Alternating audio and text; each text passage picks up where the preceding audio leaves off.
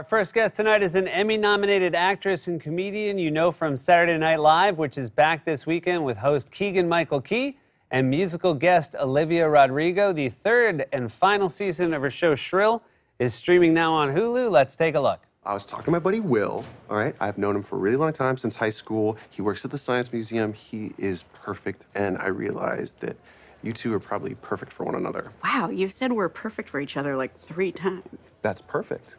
Oh my God, okay, well then give him my number and tell him to text my dumb ass. I will do that. Ooh, God, I'm juggling a lot of nasty boys. Please welcome back to the show our friend Aidy Bryant. Woo! Hello! Hello! Oh, thank you, my friend! Hi, Aidy. Hi!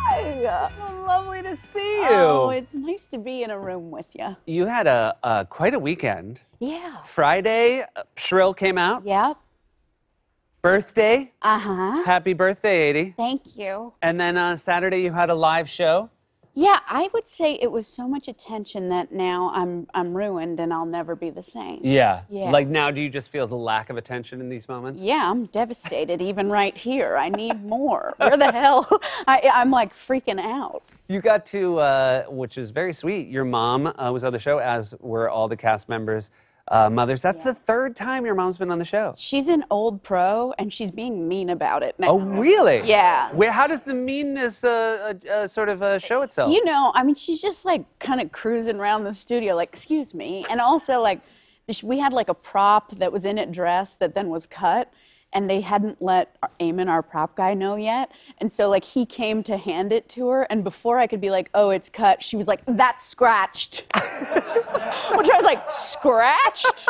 That's not an industry term, ma'am. I loved it, though. She was like, that's scratched.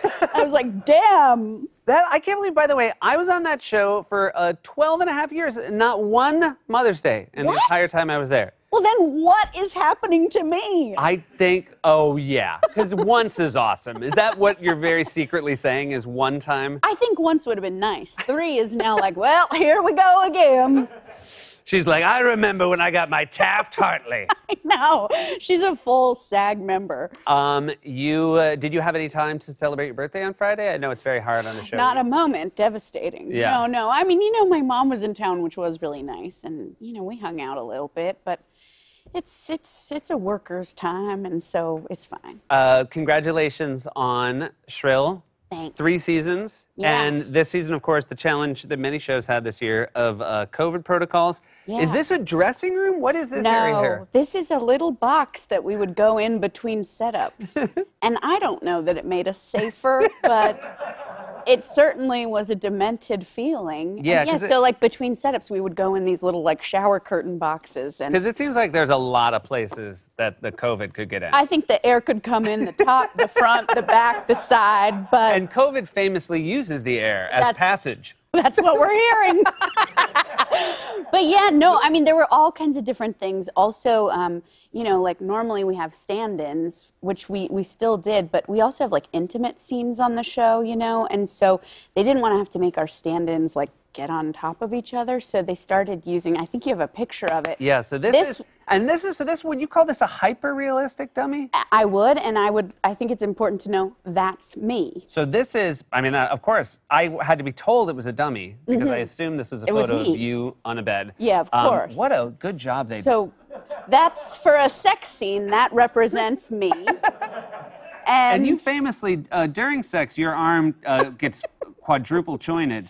And that's right, and my knees are together, but my feet go out. I make them work for it. The feet out let you know, like, I'm interested, and then knees... Open-minded. Work your way up. But then, I do think it's cool because then, you know, sometimes they would have sort of the male stand-in get on top and have like an intimate moment. This looks like the thumbnail of a bunch of Netflix shows. It's like a Netflix documentary. But, I mean, can't you feel the intimacy? Yeah. It's beautiful, I think. It's really beautiful. My hair looks good. Like, for me, I find it's, I like to have, in my intimate moments, yeah. just like a weird ghostly crew member near a ladder.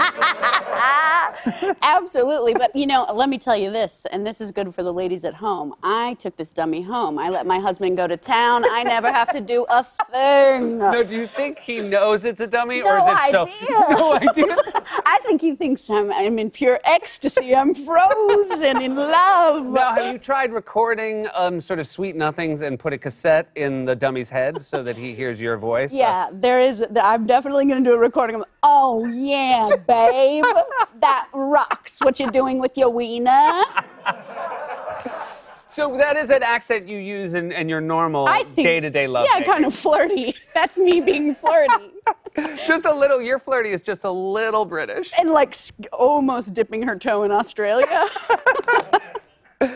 You got to direct an episode of the show this year. Yeah, well, kind of. It was a weird, there was a false positive, and so then it was like, okay, I guess I can fill in for a couple days. So I did. Because they had to sort of shut down. They had to half shut down, but some people were out of quarantine earlier, and so I did like 3 days of directing myself and our crew. And it was very weird because, you know, there used to be just like goofing and toofing, and so then I would like be doing a dumb scene and be like, "Bark, bark, bark, cut." And then they would be like, oh, she's the director, cut, I guess.